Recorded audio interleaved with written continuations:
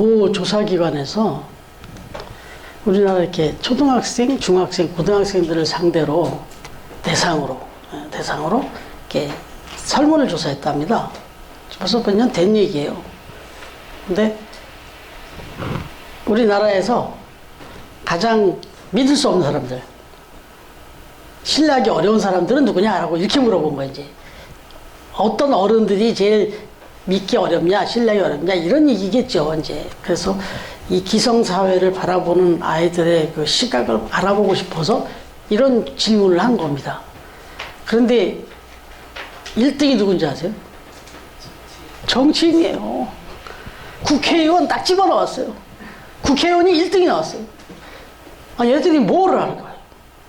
근데 TV만 키면 정치인들이 잘못된 것만 나오잖아요. 그리고 엄마 아빠 얘기 들어봐도 맨 정치인들 잘하는 정치인 얘기는 별로 없고 못하는 정치인 얘기만 하거든요. 그러니까 정말 저 정치하는 사람들, 국회의원들은 정말 믿을 수 없는 사람들인가 보다.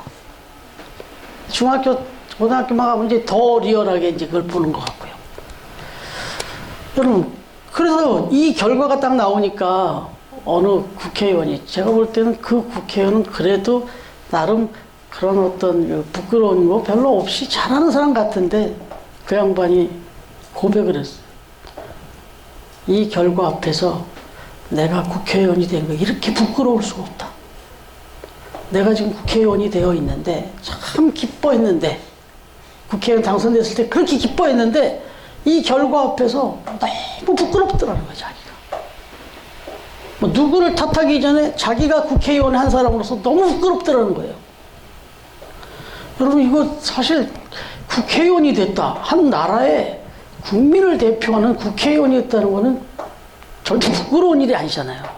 참 자랑스러운 일이고, 뭐 3선, 4선, 5선 막 이런 걸 자랑하지만 한 번만 국회의원직을 이렇게 감당했다 하더라도 참 그 자랑거리고 그런 건데, 이게 부끄러운 일이 돼버리면 안 되잖아요. 생각해보면 이 국회의원이라는 건 정말 자랑스러운 일인데 부끄러운 일이 돼버렸어요. 여러분, 이게 얘기가 조금 바뀌는데, 아까 여기 영상을 보셨잖아요. 영상에 보니까 어떤 분이 수집을 했어요. 아주 기가 막힌 바이올린을. 그런데 결과는 어떻게 됐어요? 아, 난 이걸 가지고 있을 만한 사람이 못 됐다. 난 참 부끄럽다.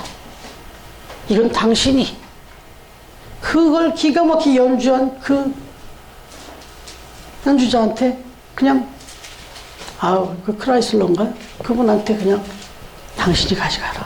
난 이걸 가지고 있을 만한 자격이 못 된다. 이랬대잖아요. 여러분, 그렇습니다. 자격이 좀 돼야 돼요. 귀한 걸 받았으면 그걸 가치 있게, 그걸 잘 사용할 수 있는 그런 자격이 돼야 돼요. 국회의원이라는 배지를 달았으면 그게 얼마나 소중하고 정말 중요한 거예요. 그거에 맞게 해야죠. 여러분, 적어도 오늘 말씀 속에서는 자기가 하는 일에 대해서 너무너무 자랑스러워하는, 부끄러움이 1도 없는, 저는 나는 부끄럽지 않다, 정말 자랑스럽다 라고 고백하는 사람이 나오죠. 누구죠? 바울이 나오죠. 바울. 사도 바울이 나오는, 난 복음을 가지고 사는 것이 부끄럽지 않다, 나는 이 복음을 전하는 일이 결코 부끄럽지 않다, 이렇게 말합니다. 이 복음이 얼마나 소중한 거고 얼마나 능력 있는 건지를 알고 그걸 자기는 마음껏 쓰고 있다는 거죠. 네. 사용하고 있다 이거죠. 그래서 난 정말 부끄럽지 않고 정말 자랑스럽다, 이 얘기를 하는 거예요. 근데 우리가 이 시대를 이렇게 바라보면 이 시대상이 그거죠. 너희는 이 세대를 본받지 말라라고 하시는 이유가, 이게 가치가 혼돈되어 있습니다. 부끄러워야 될 거는 부끄러워하지 않고, 부끄럽지 않아도 될 건 또 부끄러워하고, 이 시대가 그렇습니다.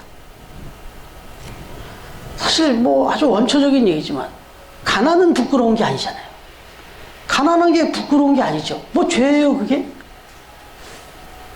굳이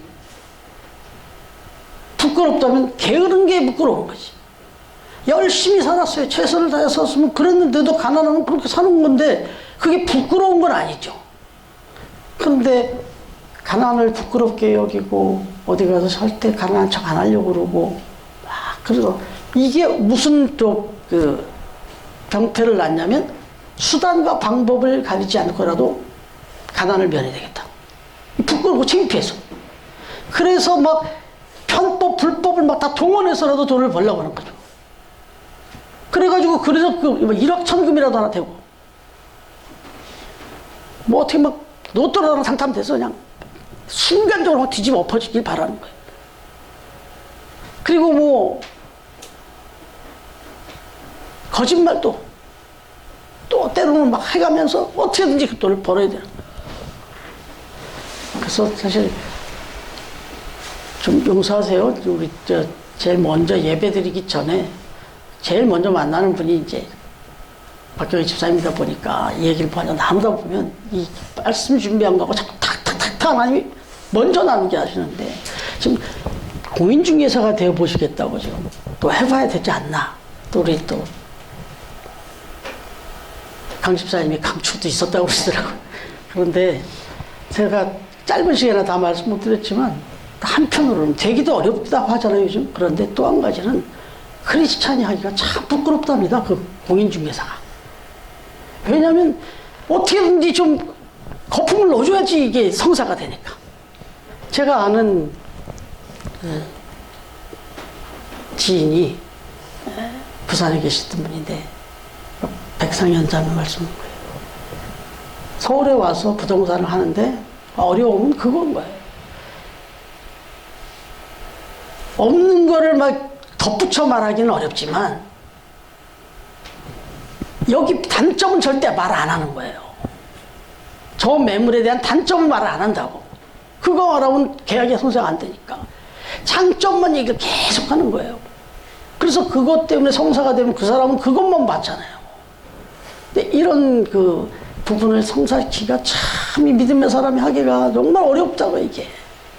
이게 정말 괴롭다고요. 그럼에도 불구하고 하나님은 정직하게 하라는 거죠. 그냥 그럼에도 불구하고 신실하고 진실하고 성실하게 하라는 거예요. 그 결과가 어떻게 나오는지 보라는 거예요, 하나님은. 참 그런 의미에서 그런 사명감 갖고 하셔야 되는 거예요. 공인중개사 같은 일을 할 때 사명감을 갖고 해야 됩니다. 참 어려운 일이죠. 되기도 어렵지만 그걸 그리스도인들이 그 일을 하기가 쉽지 않다는 거. 여러분.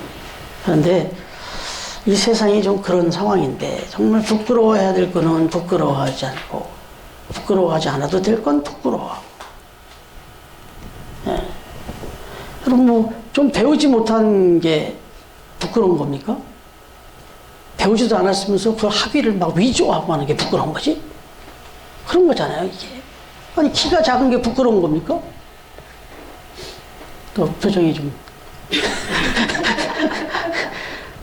이거 뭐 부끄러운 게 아니죠. 이거 뭐 제가 어떻게 할 수 있는 게 아니에요. 제가 타고났어요. 근데 오히려 저는 이렇게 이걸 부끄럽게 생각하면 여기다 제가 뭐 하나 넣고 올라가야 돼요. 이게.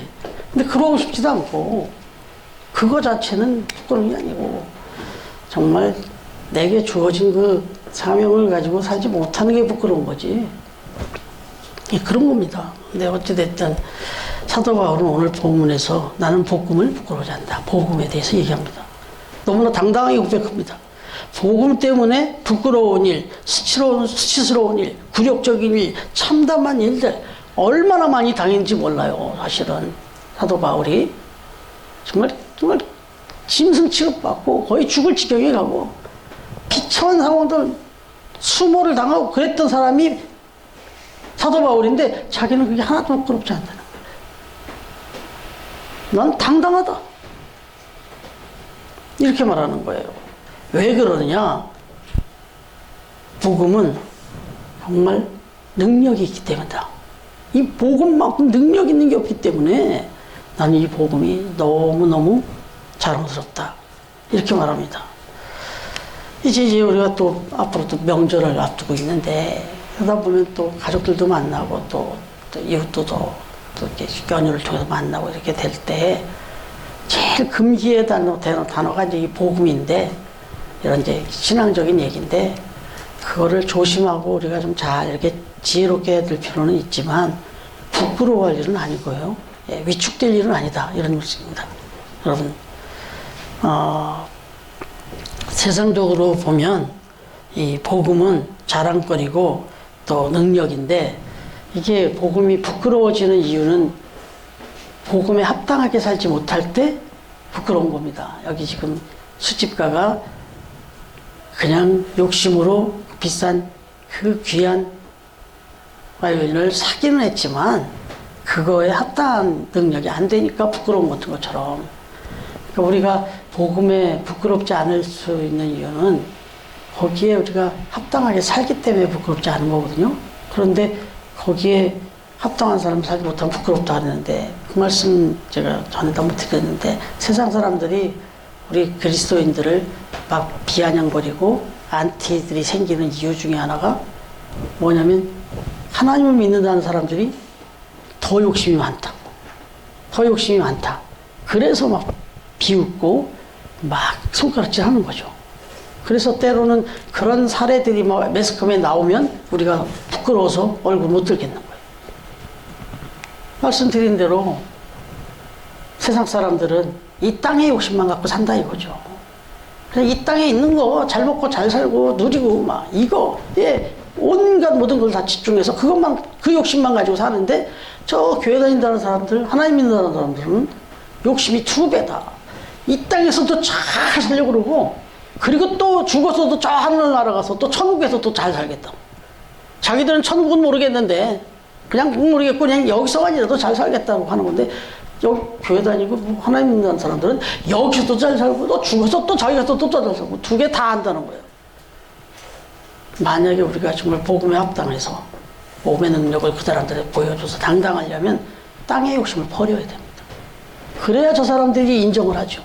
아, 저 사람들은 정말 이게 얼마나 사람 마음을 끄는 건데 이거에서 초연하고 저 하나님의 나라, 영원한 나라를 사모한다. 참 대단한 사람들이다. 이게 나오죠. 예.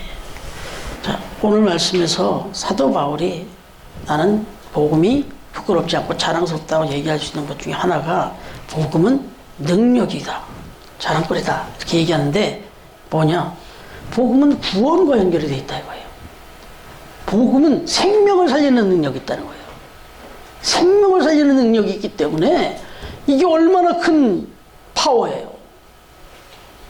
생명을 살리는 능력이 있다. 이게 얼마나 큰 파워입니까? 그런데 이거는 이제 뭐 영원한 생명으로 구원해내는 일, 이건 뭐 우리가 더 말할 것도 없고, 1차적으로 눈에 보이는 하나의 능력이 있는데 뭐냐면 변화를 시킵니다. 생명을 구원하는 건 뭐 또 더 얘기할 것도 없다고 하고, 1차적으로 복음이 능력이 있는 거 뭐냐면 변화시킵니다. 누구를요? 세상을 변화시키고 사람을 변화시킵니다. 이 복음은 그렇습니다. 이 능력은 돈으로 살 수 있는 능력이 아니고 정말 복음이니까 가능한 거예요. 복음이 들어가면 변하는 거예요. 어떤 돈으로 천금 만금을 다 갖다 둬도 구원을 이룰 수가 없어요. 복음만이 가능한 거예요. 복음만이 변화를 시킬 수 있어요. 여러분, 벌써 2008년이었던 거죠. 그 평창 동계올림픽이. 그때도 저 북한에다가 어마어마한 돈을 줬습니다. 뭐 제가 여기다가 뭐 이렇게 얘기하기 어려울 정도로 어마어마한 돈을 후원을 해줬어요. 지원을 해줬어요. 뭐 그 전까지 다 뭐 어마어마하잖아요. 그래서 뭐가 변했습니까, 지금? 그래서 북한이 지금 뭐가 변했어요? 최근에 내가 섬뜩하면서도, 참, 제로 베이스, 원점된 느낌이 뭐냐면, 원점보다 더 악해진 느낌이 뭐냐면, 김정은이가 TV에 나와서 하는 소리가 전쟁 준비가 다 돼 있다. 전쟁도 불사한다. 그리고 자기네 헌법에다가 여기 대한민국, 저 대한민국은 우리의 1호 주적이고 초토화시켜버릴 거다. 이런 말을 막 쏟아본 거예요. 더 악해진 것 같은 느낌. 돈을 어마어마하게 쏟아붓다고요. 그랬는데 더 악해졌어요. 그럼 이게 돈으로 변할 수 있는 게 아니라는 걸 보여주는 거잖아요. 단적으로. 양심이 있지. 그래도 예? 어떻게 그렇게까지 뽑았는데 조금 소원하게 지낼 수는 있을지 몰라도 이로주적으로 뭐 이건 뭐 이 적대적인 상황은 어쩔 수가 없는데 우리는 또 뭐 조일주적이라고 안 하나요? 그런데 어쨌든 이건 돈으로 변할 수 있는 게 아니다. 사람도 나라도. 뭘로 변화가 가능할까요? 복음입니다. 복음. 지금 통일의 가장 희망은 복음이에요. 그래도 저는 정말 무너지고 있는 걸 느낍니다. 선교사님들이 무지하게 애를 쓰고 있어요. 목숨을 걸고. 저도 그래서 그 앞에까지 갔다 왔잖아요. 그 해산까지. 그래가지고 저는 못 들어가고 같이 동행했던 목사님은 들어갔다 나왔어요. 해산에.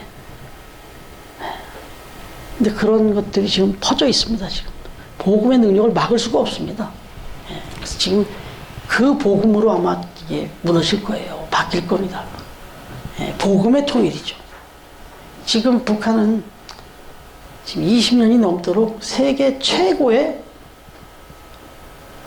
기독교 박해 국가입니다. 기독교 박해 국가 1위가 북한이에요. 왜 그럴까요? 가장 강력하게 지금 거부하고 있는 거예요. 이걸 받는 순간에 무너지는 거 아니까. 이걸 끝까지 버티고 있어요. 근데 언제까지 버티겠어요? 빨리 깨달아야지. 여러분, 사도들도 다 복음으로 변화된 사람들이고 사도 바울도 복음으로 변화된 사람이에요. 생각해 보세요. 사도들이요, 제자들이 12명의 제자들이 언제 변했습니까? 예수님이랑 같이 돌아다닐 때 변했어요?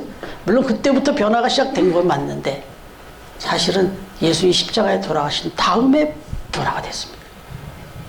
십자가에 달려 죽으시는 그 처참한 상황이 거기에 복음이 있는 걸 깨닫고 이거구나.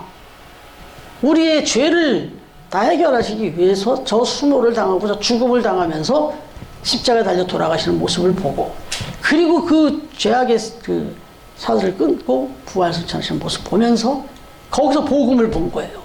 그때부터 변화가 돼가지고 12 제자가 흩어져서 능력을 발휘하기 시작한 거죠. 예수님이 하셨던 일보다 더 큰 일들을 하게 된 거죠.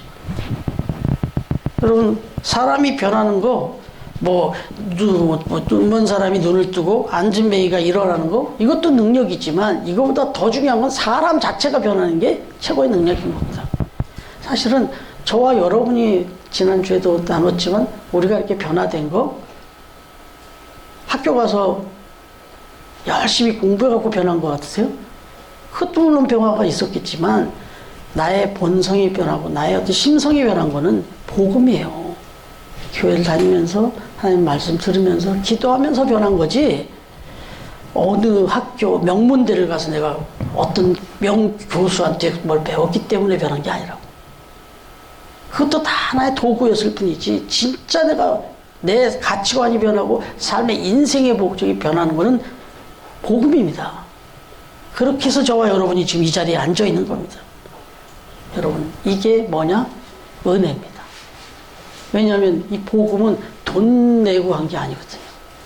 전적으로 하나님의 선물로 받은 거거든요. 아침에 그런 얘기도 좀 나눴어요. 집사님하고. 인간에게는 선한 데가 하나도 없다. 다 죄인이다. 어쩜 그렇게 하나님 앞에서 변덕이 심하고 약속도 제대로 못 지키고 머릿속에서는 별의별 생각을 다 이렇게 행동으로 죄를 짓지만 않았을 뿐 여기서는 사람도 몇 명 죽였다. 그 얘기 나눴어요. 이건 죄인도 이런 죄인이 없다. 이거 누가 변화시켜줘요 이거. 도대체 하나님이 다 아시는 거 하나님이 변화시켜 주시는 거죠. 그래서 하나 말씀 좀 드려볼까요? 어느 목사님이 깊은 산속에 들어가서 한참 나름 이제 경건 생활을 위해서 또 목회를 생각하면서 기도원에 들어갔답니다. 큰 기도원도 아니고 작은 기도원에 내가 들어갔는데 금식 기도를 이제 한참 했대요. 그래서 이제 수십 일 금식 기도를 마치고 내려왔어요. 내려오는데 너무 배가 고프더래요. 기도가 딱 끝나고 나니까 이제 내려오는데 그렇게 호기지더래요. 뭐 먹을 게 없나가 보이더래요. 산을 내려오면서도. 근데 마침 원두막이 하나 있더래요. 그래서 원두막에 딱 들어갔더니 사람이 아무도 없더래요. 그래서 좀 누구 좀, 원동 사장이 나오기 누가 주인이 있을까 하고 기다리는데 안 오더래요. 근데 보니까 토마토가 아주 맛있게 이렇게 들려있더라는 거죠. 일단 먹고 내가 돈 주면 되지. 이런 생각하고 그걸 막 따서 먹었대요. 먹으면서도 주인 오기만 해. 안 오더래요, 주인이. 그 먹고 이제 좀 먹이를 지내고 기다려보니까 아무도 안 오더래요. 그래서 내가 이 기도원을 못 먹는 거 아니고 나중에 또 올 텐데. 근데 그때 와서 지불하지 뭐. 이러고는 이제 내려왔다는 거예요. 내려와가지고 또 막 목회를 하다 보니까 잊어먹었어요. 한동안 기도원을 못 갔어요. 그런데 이제 막 기도를 이제 교회 와서 또 기도를 하시는데 어느 날 아침에 새벽에 기도를 맞추고 기도를 하는데 야, 이 도둑놈 알아 소리가 들리더래요. 그런 소리가 들리더래요. 깜짝 놀랐는데 갑자기 그날이 생각나더라는 거예요. 그날이 내가 음식 기도하고 내려오던 그래서 그 주인이 기다리다가 주인 못 만나고 토마토 먹은 기억이 나더래요. 아차 싶더라는 거예요. 하나님 제가 잘못했네요. 제가 회개합니다. 빨리 가서 갚아야 되겠습니다. 그랬는데 그때 들려오는 소리 내 눈이 너를 실족해 하거든 그 눈을 뽑아버려라 이런 말씀이 막 생각나더래요. 또 그래가지고 그럼 눈을 뽑아야 되나?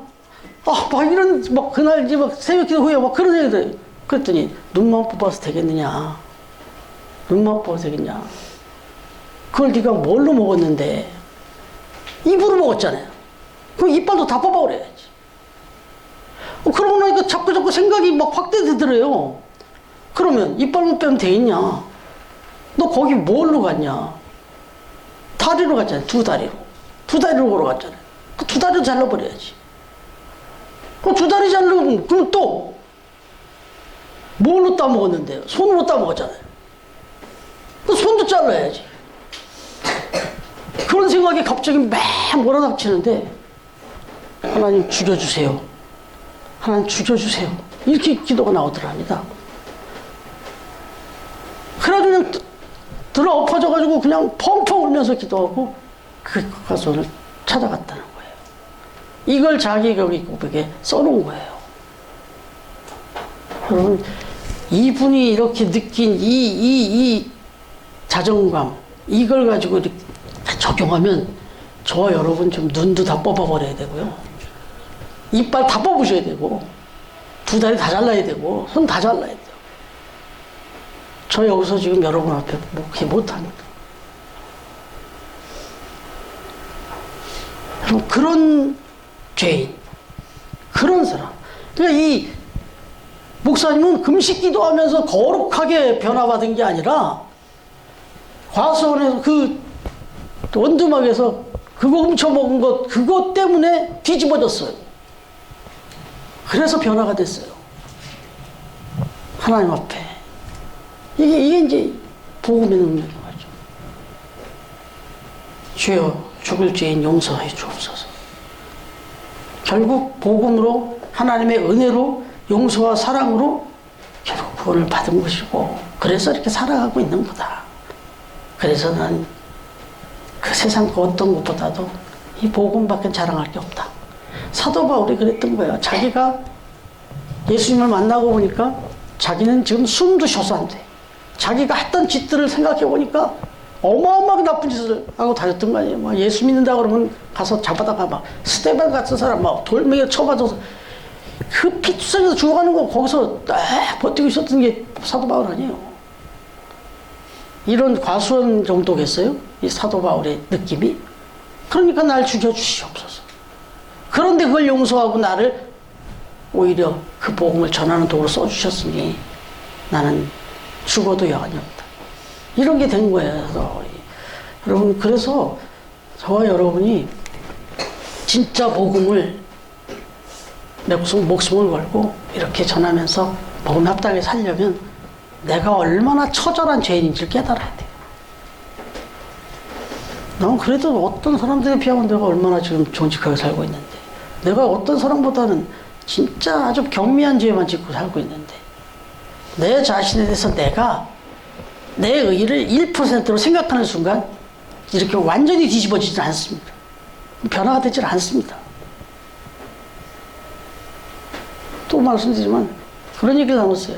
아쉬운 게 없으면 사람은 절대 하나님 안 찾는다.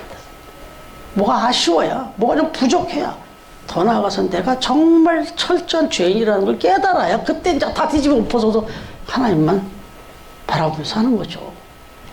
예. 여러분, 한 탈북자가 서울에 이렇게 와서 안내를 이제 받게 됐는데 그 안내하는 분한테 질문을 하더래요. 근데 이 안내하는 분이 또 크리스찬이었는데 하는 소리가 이 서울에 여기는 도대체 뭔 이렇게 건물에 여기저기에 더하기 표시가 이렇게 많이 돼 있냐? 예? 더하기 표시가 이렇게 많이 돼 있냐? 이렇게 물었대요. 그러니까는 저 더하기 표시돼 있는 저게 십자가고 저게 달려 있는 곳은 교회다. 라고 이제 교회에 대해 설명을 쭉 해줬다는 거예요. 그러면서 하는 소리가 맞다. 저 교회는 더하는 곳이다. 더하기가 있는 곳이다. 사랑도 더해주고 기쁨도 더해주고 믿음도 더해주고 평안도 더해주고 와 얘기해 줬다는 거예요. 그래서 십자가는 복음이다. 저 십자가를 생각할 때마다 기쁨이다. 사랑이다. 행복이다. 평안이다. 그런 것을 나누고 전하는 것이 교회다. 이렇게 설명을 해줬다는 거예요. 너무 쉽게 너무 의미 있는 그런 설명이었던 것 같아요. 여러분, 그러니 이런 십자가를, 이런 복음을 우리가 부끄러워하겠습니까? 자랑스러워해야죠. 그래서 나는 예수 믿는 것이 자랑스럽고 예수를 자랑하는 거다. 그래서 예수 믿으라고 전도하는 것이다. 여러분, 말씀을 준비하다가 사실은 나도 함부로 얘기한 건 내가 회개한다 했던 게 어떤 때는 너무 혐오스럽게 복음 전하는 사람이 있잖아요. 막 갑자기 무슨 본거처럼 막 지나가는데 막 스피커로 막 떠들고 하니까 막 도배를 해놨어요.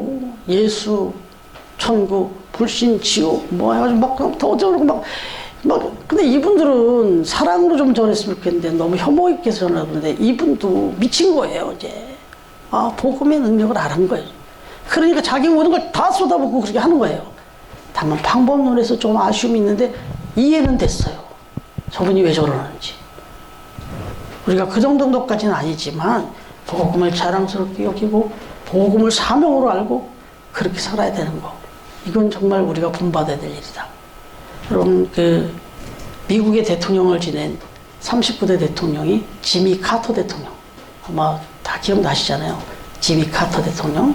그 지미 카터 대통령은 사실은 재임 시절에 이렇게 인기 있었던 대통령은 아니라고 그래요. 근데 퇴임 후에 이분이 더 많이 알려졌어요. 전 세계를 돌아다니면서 사랑의 집 짓기 운동을 했습니다. 헤비타트 들어보셨을 텐데 헤비타트 집 짓기 운동을 하고 다녔는데 그래서 이분이 정상이 돼서 대통령 때도 여기를 하느라 왔었지만 소리 소문 없이 우리나라에 그 사랑의 집 짓기 해주려고 봉사하러 들어왔었어요. 그걸 아무도 몰랐죠. 근데 과기처 장관이었던 그 정근모 장로님이 그걸 하신 거예요. 이분이 크리스찬이니까 어떻게 그 소식을 들은 거예요. 다 기독교 정신으로 하는 거니까. 그래갖고 이 정근모 장로님 그때 장관이었는데 그 당시 대통령이 김대중 대통령이었대. 얼른 보고를 했답니다. 이만해서 그 지미 카터 전 대통령이 지금 한국에 들어와서 지금 사랑의 집지기 운동 봉사하러 들어와 계시다. 그랬더니 이제 김대중 대통령이 그렇게 귀한 분이 또 그렇게 귀한 일을 하고 오셨는데 어떻게 그냥 보내냐. 청와대로 초청하라. 그래갖고 초청을 했는데 지미 카터 대통령이 거절을 했습니다. 사실은 카터 대통령이 초청받았을 때 다 좋아했대요. 헤비타트 운동 본부에서도. 왜냐하면 가가지고 청와대에서 그런 지금 활동하러 온 내용도 막 소개할 거 아니에요. 설명하고 그러면 또 얼마나 방송에서 또 막 헤비타트를 또 때려줄 거예요. 그러면은 지원자들도 또 뭐 여기 봉사들 또 후원자들이 막 생길 거 아니에요. 그러면 여기서 이 헤비타트 운동이 완전히 홍보가 되는 거 아니에요. 그러니까 잘 됐다 싶었는데 지미 카터 대통령이 정중하게 거절을 했대요. 왜 그러냐면 초청한 날이 토요일이었대요. 근데 그것도 대통령 스케줄 다 맞춰서 했겠죠. 근데 거절 이유가 자기는 토요일 날 바로 가야 된다. 미국으로 바로 들어가야 된다는 거예요. 왜냐하면 자기가 섬기고 있는 교회, 주일학교 애들을 가르치고 있는데 그 아이들에게 가서 복음을 전해야 된다. 자기가 오기를 기다리고 있다, 아이들은. 그래서 나는 그 일을 하러 가야 된다. 그렇기 때문에 죄송하다. 다음에 또 기회가 되면 그렇게 하겠다 하고는 정중하게 거절하고 본국으로 돌아가서 자기 교회 가서 주일학교 조사일을 했다는 거예요. 이게 비슷한 예가 몇 번 있어요. 이 지미 카터뿐만 아니라. 여러분, 자기는 세상에서 가장 중요한 일이 이 일이라고 생각한 거예요. 근데 이게 너무했나요? 아니죠. 그만큼 소중하고 그만큼 가치 있다. 이렇게 바꾸는 것도 복음이고요. 이분이 가장 중요하게 여기고 간 것도 복음 때문이에요. 적어도 우리가 이런 마음으로, 이런 생각으로 우리의 삶의 현장에서 사시면은, 아유, 제가 이걸 감동받고 이 말을 전하고 있지만, 하나님이 얼마나 감동이 됐겠습니까? 사실 이 이야기를 해서 그렇지, 초반에 가장 부끄럽게 여기는 사람, 가장 신뢰하지 못할 사람이 누구냐 그랬는데, 여기에 국회의원이 일이잖아요. 대통령도 있었대요, 순위에. 대통령도 순위에 있었답니다. 왜냐면 우리나라 대통령들이 퇴임하면 다 깜빵을 가니. 한방을 가고, 뭐, 어디 지금, 뭐 어떻게 부끄럽고, 너무 비극적인 일이 많잖아요. 그러니까, 기도해 주셔야 돼요. 지금 우리가 이런 얘기를 할 때, 바로 지금 현재 지금 대통령 잘 하시도록. 그래서 부끄럽지 않은 대통령이 되도록. 그래서 잘 마치고, 정말 자랑스러워 할 수 있도록. 그렇게 좀 기도해 주세요. 그래야 대통령이 잘 돼야 우리나라가 또 잘 되잖아요. 그러니까 정말 기도를 많이 해 주셔야 돼요. 그럼 적어도 하나님께서 세워주신 우리 처음교회는 정말 부끄럽지 않은 교회. 정말 뭐 이게 좀 표현이 그런데 부끄러운 교회들도 많이 있잖아요. 부끄러운 교회들도 많이 있잖아요. 그 교회 얘기를 어디 가서 못하겠는 교회들도 있잖아요. 심지어는 그 교회를 제가 다니고 있는 사람이, 그 교회를 다니고 있는 분이 자기 교회 얘기를 못해요. 부끄러워서. 그냥 교회를 다니는 거지, 자기 교회 얘기 나오면 입을 막는 분이 있어요. 부끄러워서. 이건 안 되죠, 이러면. 처음 교회는 정말 자부심과 책임감이 충분한, 그래서 부끄럽지 않은 정말 자랑스러운 그런 교회. 그리고 또 여러분들이 교회를 자랑스럽게 여기고, 또 세상에 서서 교회를 자랑스럽게 그렇게 여겨주고, 또 교회가 여러분을 자랑스러워 할 수 있는 교회. 그런 우리 처음 가족들이 다 되어줄 수 있기를 우리의 영원한 자랑이 되시는 주님의 이름으로 축원합니다.